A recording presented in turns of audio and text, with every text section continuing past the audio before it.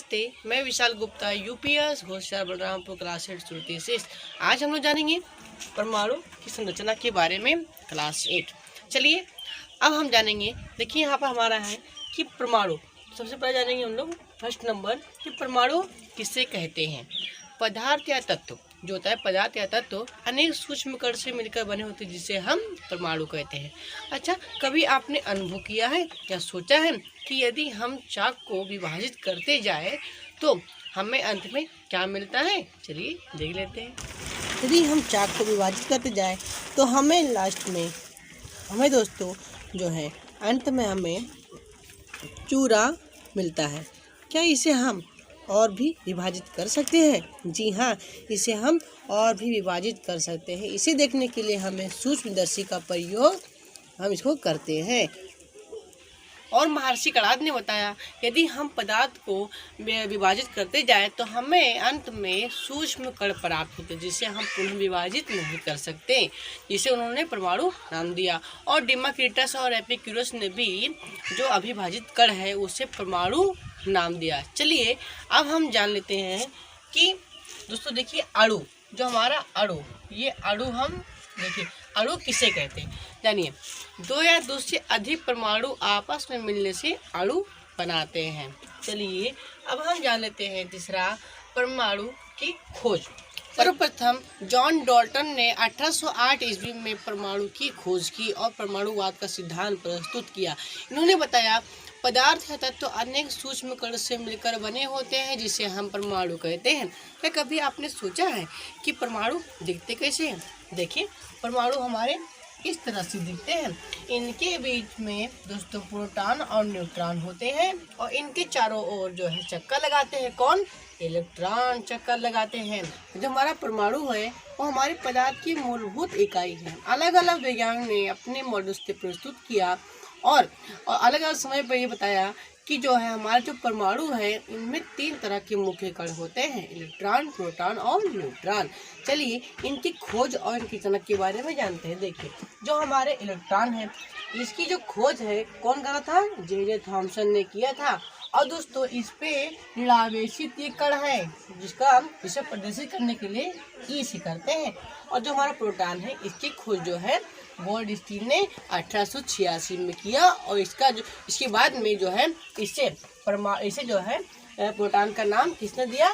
Rutherford ने दिया। और इस पे जो है धनावेशित ये कण है जिसे पी से प्रदर्शित करते हैं। और न्यूट्रॉन जो है इसकी जो खोज है जेम्स चैडविक ने की। और इस पे दोस्तों इस पे कोई भी आवेश नहीं होता है, ये उदासीन होता है। इसे प्रदर्शित करने के लिए ये देखिए जन से प्रदर्शित इसे हम करते हैं। और दोस्तों एक महत्वपूर्ण बात जानिए कि दोस्तों जो हमारे जॉन डाल्टन थे उन्होंने बताया ना तो परमाणु को नष्ट किया जा सकता है और ना ही बनाया जा सकता है।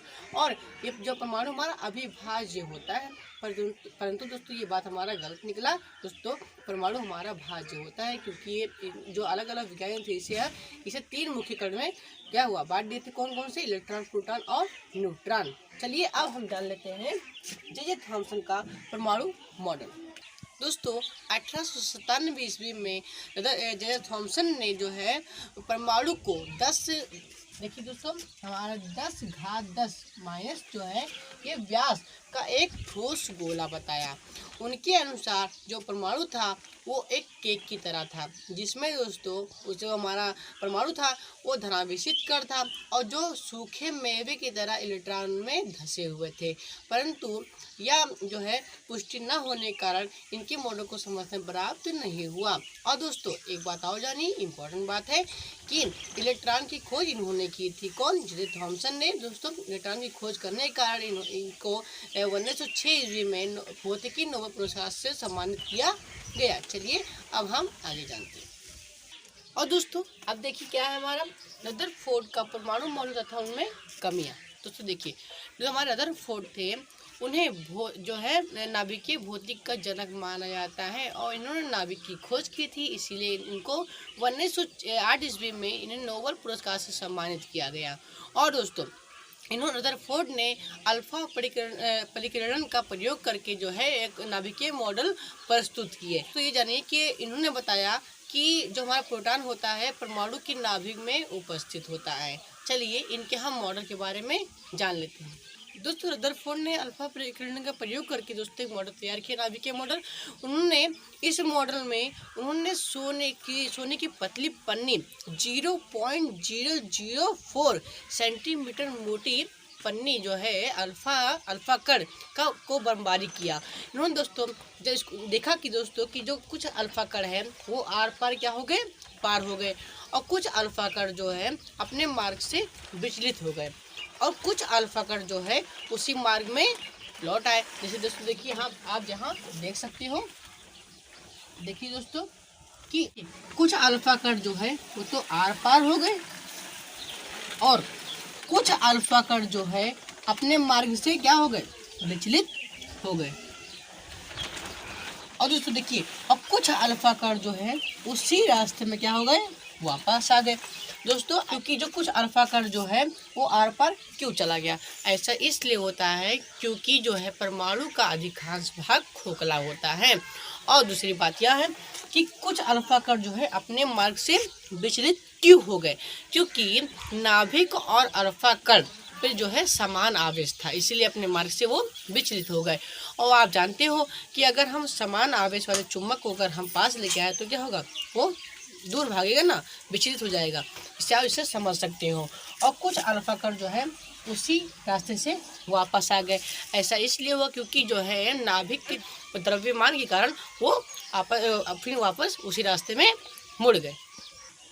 विभिन्न वैज्ञानिकों ने दर्शाया कि चक्रण करते हुए इलेक्ट्रॉन स्थायी होना संभव नहीं है, और नाभिक के चारों ओर इलेक्ट्रॉन चक्कर लगाने वाले जो इलेक्ट्रॉन उनमें क्या होगी, ऊर्जा कम होगी, और क्या होगा, अंत में नाभिक में गिर जाएगा। जैसे कि आप यहाँ देख सकते हो कि देखिए इसमें क्या है, हमारे प्रोटॉन और न्यूट्रॉन है। ठीक है दोस्तों, ये हमारा क्या है, नाभिक। और दोस्तों ध्यान रखिए परमाणु जो है, परमाणु का संपूर्ण भार हमारे कहाँ होता है, प्रोटॉन के, देखिए प्रोटॉन केंद्र पर हमारे जो है उपस्थित होते हैं, इसको ही हम नाभिक कहते हैं, ध्यान रखिए। ठीक है दोस्तों, और देखिए अगर इलेक्ट्रॉन चक्कर लगाएगा और क्या होगा, तो हमारे कहाँ गिर जाएगा, नाभिक में गिर जाएगा, क्योंकि उनमें ऊर्जा कम हो जाएगी। यदि हम, आप ऐसा समझिए, आप ही महसूस करिए दोस्तों कि देखिए अगर आप अपने घर से या बलरामपुर या कहीं जा रहे हो दूर, तो क्या होगा, हमारे अंदर ऊर्जा कम हो जाएगी और हम क्या होगा, अंत में गिर जाएंगे बेहोश होकर ना। तो दोस्तों आप इसे समझ सकते हो। चलिए तो आगे हम अगला एपिसोड अगली वीडियो में देखेंगे। धन्यवाद।